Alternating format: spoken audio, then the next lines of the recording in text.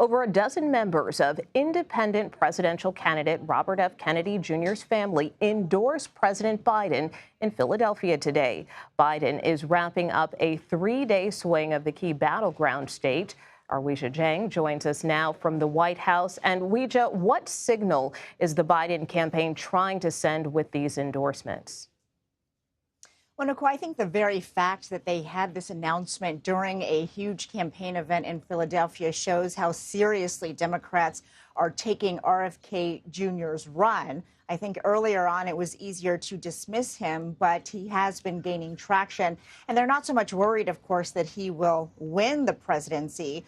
But when it comes down to it, you know, this race between Joe Biden and Donald Trump is going to be won in just a handful of swing states. And if RFK Jr. can make a difference in those states, it could be devastating for President Biden. And so they're signaling that they're taking this seriously. And I think also, what more can you say except your own family is deciding to vote against you? I think that message speaks for itself. Yeah, and speaking of that, we did hear from several members of the Kennedy family today about their endorsement. Here's Carrie Kennedy, the sister of RFK Jr. Let's take a listen. We want to make crystal clear our feeling that the best way forward for America is to re-elect Joe Biden and Kamala Harris to 4 more years. Nearly every single grandchild of Joe and Rose Kennedy supports Joe Biden. That's right. That's right. The Kennedy family endorses Joe Biden for president. So let's talk about the timing here. Why are many of the Kennedys backing Biden now?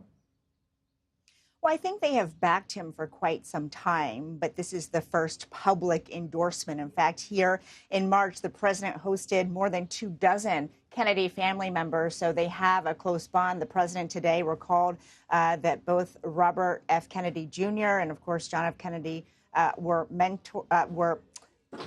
inspiring to him, and how he keeps a bust of Robert F. Kennedy in his office. And so I think this is just, an important time because they're really ramping up all their efforts to face off with Donald Trump. And it's interesting because Carrie Kennedy, during her remarks today and during several interviews today, she didn't really want to talk about her brother. In fact, in these remarks at the campaign event, she didn't even mention him by name, but she did insist that the race was only between Biden and Trump, that no one else could possibly win it. It's an awkward situation, but I think, they're trying to throw their support behind President Biden because, again, they are aware that there could be a spoiler vote because of their brother. And given that, we also heard from another sibling of RFK Jr., Joe Kennedy, who told reporters that his brother should drop out. Let's listen to him as well. Would you encourage your brother to drop out? Of course. Yeah. Sure. Okay. Sure. Of course I would. Appreciate it. So to your point about RFK Jr. potentially being a spoiler, is this an attempt to pressure him?